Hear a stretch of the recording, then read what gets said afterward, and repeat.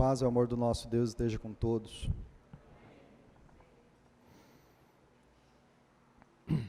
Quando Cristo morreu na cruz por nós, Ele nos deixou um legado e uma missão.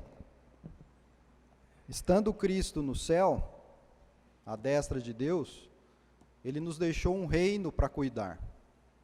Ele nos deixou responsabilidades dentro do reino. E muitas vezes nós percebemos que nas nossas vidas particulares e na igreja, dentro do reino, estamos deixando o mundo concorrer com algumas coisas estabelecidas por Deus. E nós vemos, como um filme, acontecer em nossas vidas e na igreja, e igreja que eu vou citar aqui no sermão, igreja no sentido universal de igreja, nós vemos acontecer algumas coisas nas nossas vidas e na igreja, repito, que nós não nos posicionamos sobre. As coisas vão acontecendo, as coisas do mundo vão se infiltrando em nós e no reino e na igreja, e nós ficamos ali estáveis, estagnados, como se nada estivesse acontecendo. Essa passagem aqui, inclusive quando eu passei, muitos assustaram, Esdras, acho que foi até difícil de encontrar aí na Bíblia, porque é algo que a gente utiliza pouco, as folhas estão até mais coladas aqui, porque a gente abre pouco Esdras mesmo, mas a gente vai ver algo, um ensinamento, que mostra muito para nós, de como é importante nós nos posicionarmos sobre algumas coisas que acontecem. E todas as vezes que eu falar isso aqui, nessa mensagem de hoje, são coisas que acontecem em nossa vida e dentro do reino, que Deus nos entregou para cuidar. Esse posicionamento tem que acontecer. Nós vamos ver aqui pessoas que ficaram atônitas e se posicionaram pelo que estava acontecendo. E Deus pede isso de nós. Por isso o tema do sermão, ser forte e age.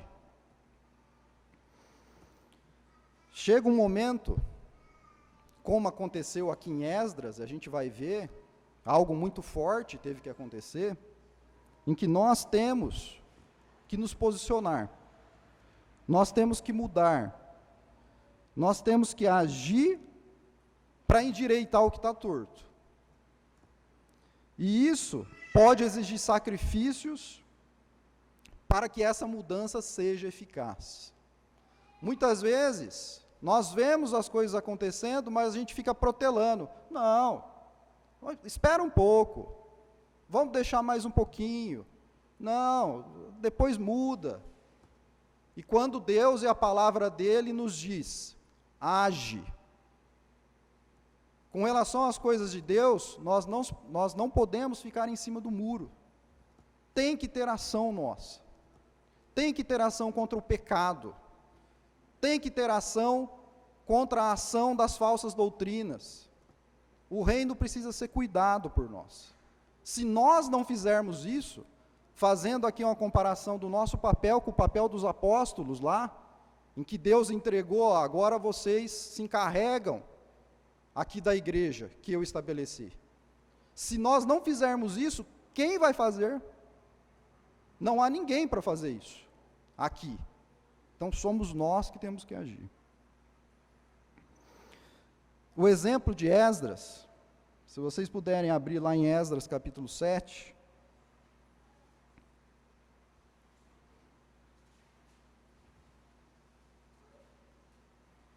versículo 8.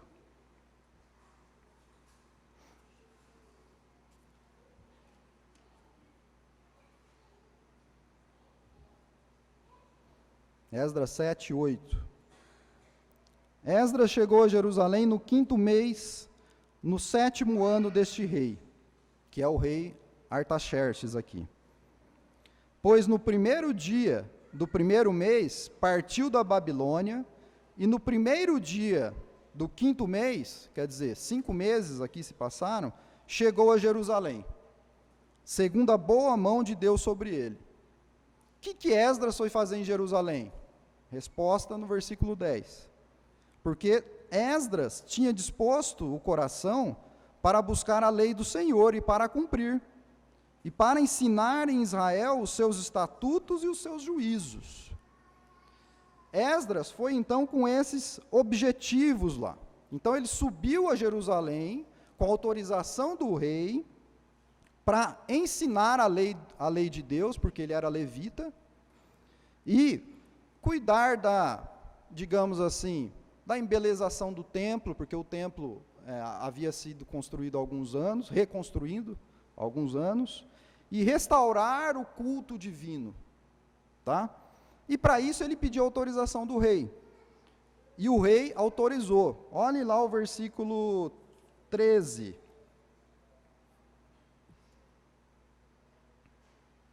Por mim se decreta, esse é o decreto do rei Artaxerxes, tá? Por mim se decreta que no meu reino, todo aquele do povo de Israel e dos seus sacerdotes e levitas, que quiser ir contigo a Jerusalém, vá, porquanto és mandado da parte do rei e dos seus 7 conselheiros, para fazeres inquirição a respeito de Judá e de Jerusalém, segundo a lei do teu Deus, a qual está na tua mão. Então, Esdras aqui recebendo autorização de um rei, né, que era um rei pagão, mas por ação de Deus, ele foi convencido a autorizar com que Esdras subisse a Jerusalém para cuidar destas coisas. Tá? Se a gente lembrar um pouquinho do que aconteceu antes aqui, para melhorar o entendimento dessa história, os judeus subiram a Jerusalém, que aqui o povo de Israel, Judá, eles já eram cativos aqui, tá? Mas 80 anos antes, através de um outro rei, o rei Ciro, inclusive por ação de Daniel, que o convenceu disso, o rei Ciro permitiu que os judeus subissem novamente a Jerusalém, 80 anos antes aqui. E nessa época, o templo foi reconstruído, tá? Então já haviam judeus que estavam lá em Jerusalém antes de Esdras. E lá eles haviam já reconstruído o templo. E Esdras está indo depois. Para quê? Depois das obras do templo, ele foi lá para quê? Para cuidar da instrumentalização do templo, para cuidar da lei de Deus, e também para restaurar o culto divino, tá? Estas eram as missões de Esdras e o que o rei autorizou com que ele fizesse, tá? Se vocês pegarem lá Esdras 1, o que eu acabei de falar aqui, isso é interessante que isso está lá no final de 2 Crônicas 36, e em Esdras 1 se recomeça o livro falando exatamente a mesma coisa do que o final de 2 Crônicas, tá? Então, no primeiro ano de Ciro, rei da Pérsia, para que se cumprisse a palavra do Senhor por boca de Jeremias, despertou o Senhor o espírito de Ciro, rei da Pérsia, o qual fez passar pregão por todo o seu reino, como também por escrito dizendo, assim diz Ciro, rei da Pérsia, o Senhor Deus dos céus me deu todos os reinos da terra e me encarregou de lhe edificar uma casa em Jerusalém de Judá. Quem dentre vós, de todo o seu povo, quer dizer, do povo de Israel, do povo de Judá, seja seu Deus com ele, e suba a Jerusalém de Judá, e edifique a casa do Senhor, Deus de Israel. Ele é o Deus que habita em Jerusalém. Né? E só para vocês se localizarem na história, se vocês pegarem lá Daniel capítulo 5, vocês vão perceber que isso aconteceu por ação de Daniel, né, influenciando o rei Ciro, que autorizou essa subida dos judeus para Jerusalém. E aí, os judeus chegaram em Jerusalém, tiveram algumas dificuldades, reconstruíram o templo, reconstruíram o muro, né, um tempo atrás nós estudamos Neemias, que falou um pouquinho sobre a questão do muro, e estava ok, né, 80 anos lá, já em Jerusalém, dessa forma.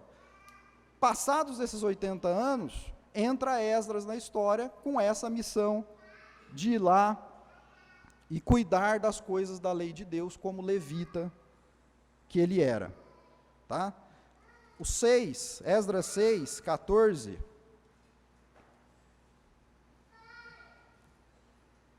Esdras 6, 14. Os anciãos dos judeus iam edificando e prosperando em virtude do que profetizaram os profetas Ageu e Zacarias, filho de Iudo.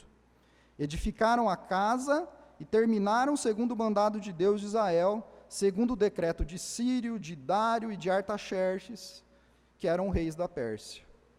Tá? O versículo 15, acabou-se esta casa no dia 3º do mês de Adar, no 6º ano do reinado do rei Dário. Tá? Então aqui mostrando como eles terminaram a edificação do templo, antes de entrar aqui no capítulo 7, na história de Esdras e na missão dele. Tá? Tudo isso é importante, dada a conclusão que nós vamos chegar daqui a pouco. Bom, Esdras estava lá então, chegou lá em Jerusalém com essa missão, e lá no capítulo 10 que nós lemos,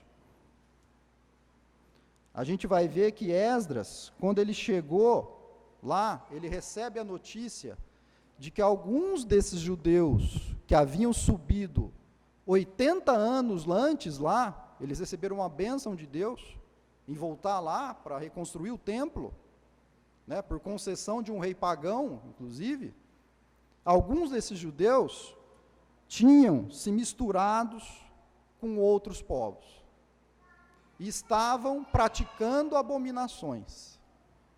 Vocês se lembram lá da história de Salomão, onde Salomão, no final da vida, em razão da mistura que ele teve com mulheres de outros povos, ele não somente se misturava com as mulheres, mas fazia parte das abominações desses deuses pagãos. Então construía altares, construía ídolos, e esses judeus, depois de tudo que Deus havia feito por eles, da bênção que havia recebido novamente, e eles conheciam toda a história do povo de Israel, e agora lá cativos de novo, por concessão voltaram a Jerusalém para reconstruir o templo. Mesmo diante de tudo isso, eles estavam cometendo o mesmo pecado, fazendo a mesma coisa, se misturando com mulheres pagãs, e mais, praticando as mesmas abominações do que elas. E Esdras chega lá, e ele recebe essa notícia. Né?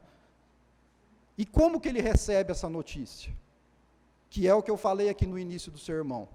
Como que a gente recebe uma notícia de que a palavra do Senhor está sendo deturpada?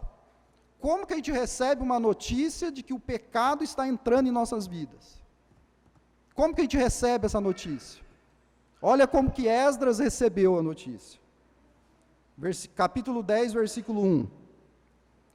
Enquanto Esdras orava e fazia confissão, chorando, prostrado diante da casa de Deus, ajuntou-se a ele de Israel muito grande congregação de homens e de mulheres e de crianças, pois o povo chorava com grande choro.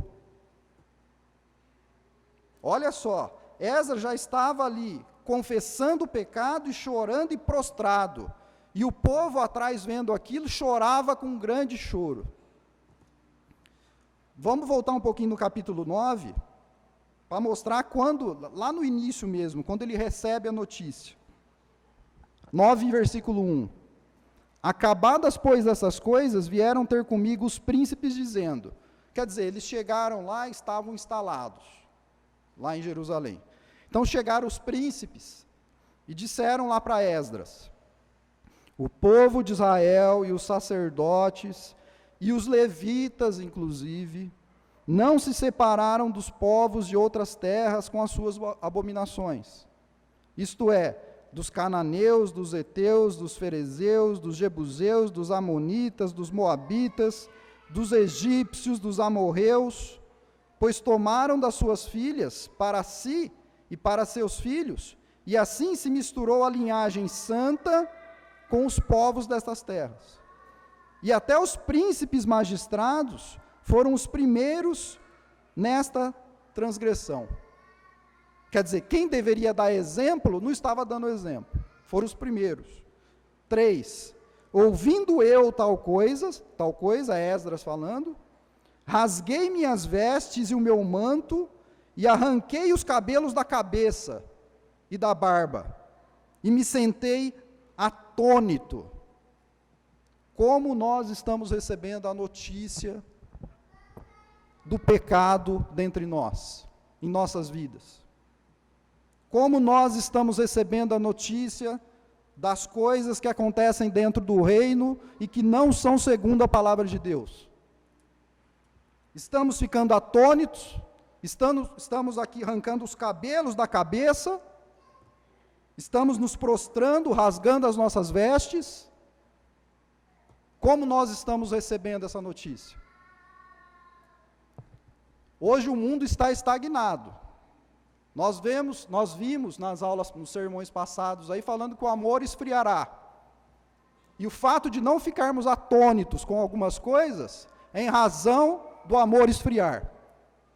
Muitas vezes a gente estamos pensando na nossa cabeça, nossa, como eu sou moderado, como eu sou paciente, né? Olha como eu me porto diante das situações. E quando Deus está falando atrás, age, porque o que está em discussão aqui sou eu. Você não pode fazer concessões sobre a minha palavra. Vocês foram encarregados de cuidar da doutrina do reino. Como aconteceu com Esdras aqui. Qual que era a missão de Esdras? Chegar lá e fazer inquirição sobre a lei de Deus, como estava sendo aplicada a lei de Deus. O que estava acontecendo ali? Restabelecer o culto ao Senhor. E Esdras recebeu a notícia dessa forma. Vamos voltar lá no 10, versículo 2.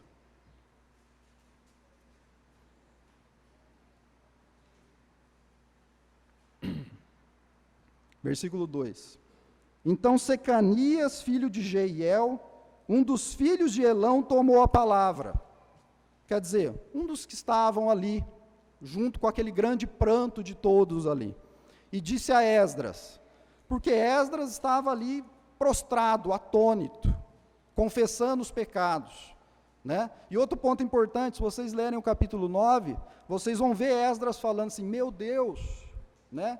E Esdras não está botando a culpa no povo, ele está assumindo a culpa também, falando, meu Deus, o que a gente fez? Depois de tudo que o Senhor fez para nós, de tudo que o Senhor fez lá no passado, de tudo o que o Senhor já mostrou para a gente, e o Senhor mostrou de novo quando o Senhor tocou lá em Ciro, e deixou que nós voltássemos para Jerusalém, e agora tocou em Artaxerxes, voltamos aqui para colocar as coisas da casa de Deus em ordem, e o que nós estamos fazendo? Cadê a nossa gratidão ao Senhor, pelo que nós estamos fazendo? Ele está se confessando a Deus. No versículo 2, chega a Secanias e fala a Esdras, de capítulo 10, nós temos transgredido contra o nosso Deus, casando com mulheres estrangeiras dos povos de outras terras, mas no tocante a isso, ainda há esperança para Israel. Então, no meio daquele grande choro, chega Secanias e fala assim, tudo bem, está acontecendo tudo isso, mas ainda há esperança para Israel. E qual que é a esperança aqui? Ficar esperando Deus, né, fazer alguma coisa, Deus ter compaixão. Qual que é a esperança? Versículo 3. Agora, pois, façamos aliança com nosso Deus. Quer dizer, vamos restabelecer o que nós perdemos. De que despediremos, olha só, despediremos todas as mulheres e os seus filhos, segundo o conselho do Senhor, e o dos que tremem ao mandado do nosso Deus, e faça-se segundo a lei. Olha que coisa forte. Muitos ali haviam estabelecido famílias, com mulheres pagãs e tinham tido filhos, inclusive. Nós não vamos falar aqui sobre o ponto do casamento, nós vamos falar sobre o cumprimento da lei de Deus aqui. E quando Secanias fala a esperança é fazer o quê? Endireitar o que está torto, voltar ao que é correto. O que é correto? Vamos fazer segundo a lei de Deus. Não é da vontade de Deus que nós nos misturemos com o povo. Então nós vamos fazer o quê? Como que eu faço para consertar isso? Despediremos todas as mulheres e os seus filhos. Por quê? Porque o conselho do Senhor diz assim: porque os que tremem ao mandado do nosso Deus, faz assim. Será que nós trememos ao mandado do nosso Deus perante as coisas erradas que nós fazemos? Será que nós trememos ao mandado de Deus e às consequências de Deus quando nós temos que agir dentro do reino e não agimos? E faça-se segundo a lei. Ao versículo 4. Levanta-te, pois esta coisa é de tua incumbência. Quer dizer, Secanias falando para Esdras, você não veio aqui para fazer isso? Você não veio aqui para cumprir a lei, para restabelecer a ordem do culto de Deus? O rei não te mandou aqui para isso? Então, levanta-te e faça esta coisa, que é a tua incumbência. E mais, e nós seremos contigo. Quer dizer, todos estavam dispostos, unidos a fazerem isso. E fala para Esdras, ser forte e age. Quer dizer, levanta daí, ser forte e age. Coloca em prática a palavra de Deus.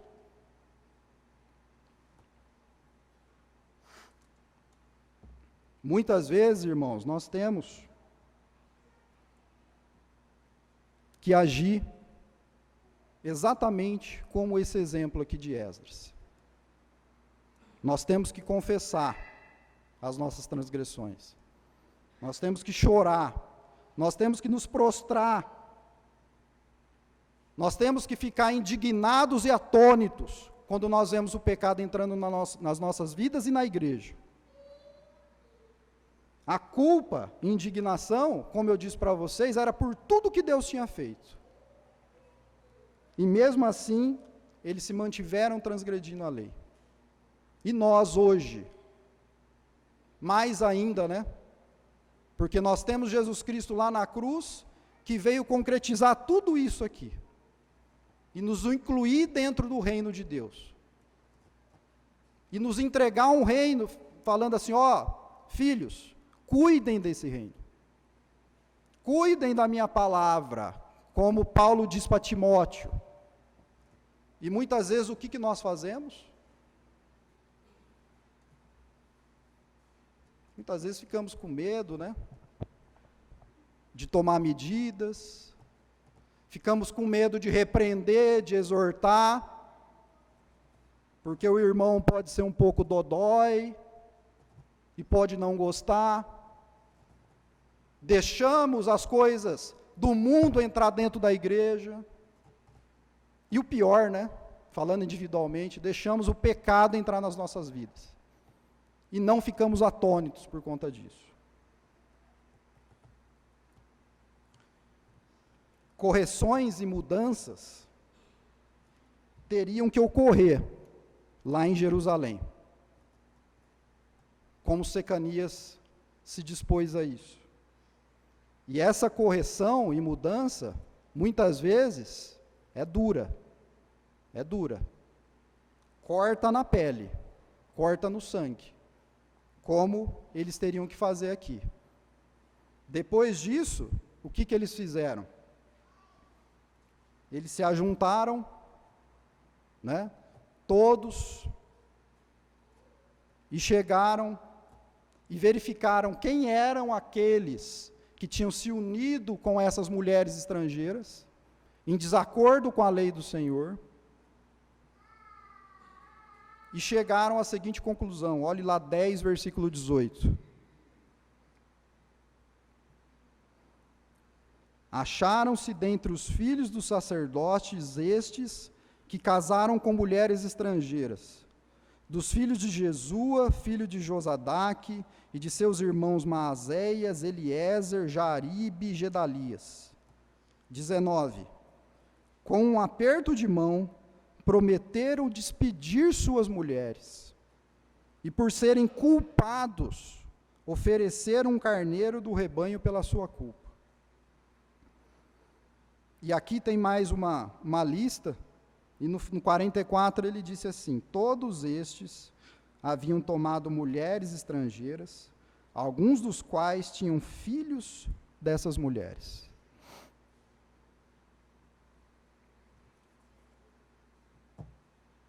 E hoje?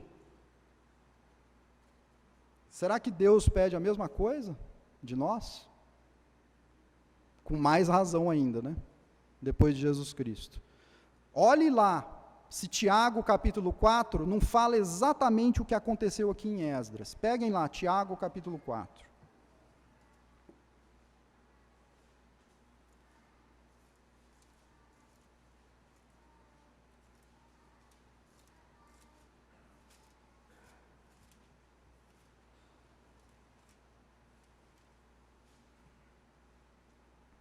Capítulo 4, versículo 4. Infiéis, ou adúlteros, né, em algumas versões, não compreendeis que a amizade do mundo é inimiga de Deus? O que estava acontecendo lá no Velho Testamento que nós acabamos de ver? O povo de Israel estava se misturando com o mundo pagão. E o que aqui em Tiago ele está dizendo? Não é a mesma coisa? Não compreendeis que a amizade do mundo é inimiga de Deus? A amizade do mundo não serve em nossas vidas. A amizade do mundo, as coisas do mundo não servem, muito menos dentro da igreja. Aquele, pois, que quiser ser amigo do mundo, constitui inimigo de Deus. Quer dizer, não há meio termo nisso. Versículo 5. Ou supondes que em vão afirma a Escritura: é com ciúme que por nós anseia o Espírito, que ele faz habitar em nós? Até o Espírito Santo tem ciúme quando nós mantemos comunhão com as coisas do mundo. Qual que é a nossa posição? Até o Espírito tem ciúme por conta disso. Qual que é a nossa posição? Se manter parado, estagnado? Antes, ele dá maior graça pelo que diz: Deus resiste aos soberbos, mas dá graça aos humildes. Sujeitai-vos, portanto, a Deus, mas resistir ao diabo, ele fugirá de vós. O que Esdras fez quando recebeu a notícia? Atônito, ele rasgou as vestes e se humilhou ao Senhor. Se prostrou falando: Senhor, temos pecado contra ti. O que nós fizemos? O que nós estamos fazendo? E é exatamente o que Tiago está dizendo aqui. Versículo 8. Chegai-vos a Deus, e ele chegará a vós outros. Purificai as mãos, pecadores, e vós que sois de ânimo dobre, limpai o coração. Ao 9. Afligi-vos, lamentai, chorai, como Esdras fez. Converta-se o vosso riso em pranto, e a vossa alegria em tristeza. Humilhai-vos na presença do Senhor, e Ele vos exaltará. Primeiro passo, então, irmãos, é constatar o erro. E isso não é difícil de acontecer. Muitas vezes nós sabemos o erro que se encontra em nossas vidas. Nós sabemos o que está acontecendo. Mas nós não nos humilhamos ao Senhor. Porque nós não queremos nos sujeitar a Ele. Porque no momento que você quer se sujeitar a Deus, e você faz aliança, como Secanias falou lá, vamos fazer aliança com Deus. Só que para fazer essa aliança, eu tenho que endireitar o que está torto. Eu tenho que esquecer tudo aquilo que estava errado e começar a fazer certo. E muitas vezes, nós não temos essa disposição.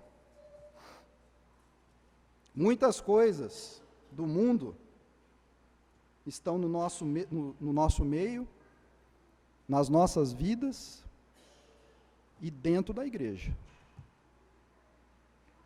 Temos que nos sujeitar a Deus e nos humilhar perante ao Senhor, para que tenhamos coragem e direção certa nas ações que nós temos que tomar. Secanias falou para Esdras, levanta, vai cumprir a tua missão, que é uma missão que nós recebemos de Jesus Cristo, lá em Marcos 16, vai cumprir a tua missão e ser forte e age. Quer dizer, faz o que tem que ser feito. Muitas vezes achamos que o reino de Deus está estabelecido e que acabou, né? Jesus Cristo já estabeleceu o reino, e Jesus Cristo é o rei, e Ele está cuidando de tudo, entrega na mão de Deus, né? É muito fácil viver dessa forma, muito fácil. Nós somos encarregados de cuidar do reino, nós somos encarregados, como Artaxerxes mandou lá Esdras para fazer isso, nós fomos mandados por Jesus Cristo. E como que nós estamos cuidando daquilo que Ele nos deu? Como que nós estamos cuidando das nossas vidas, em primeiro lugar? Né? Que nossas vidas e a vida do reino estão entrelaçadas, né?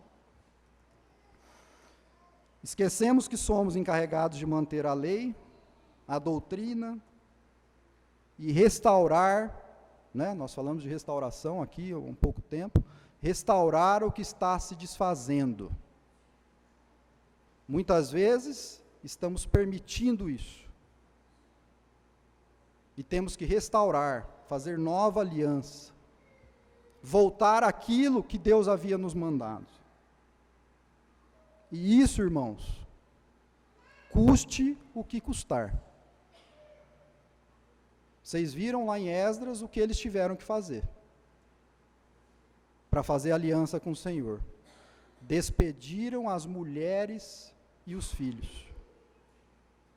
Vamos trazer isso para nós hoje.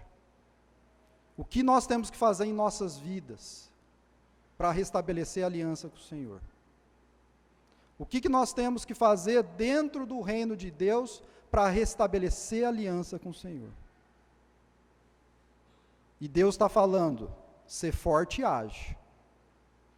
Eu mandei você aí para isso. Eu te escolhi para isso. Que Deus possa, através do seu Espírito, nos dar forças, para tomar as medidas que nós precisamos tomar em nossas vidas e dentro do reino dos céus. Amém?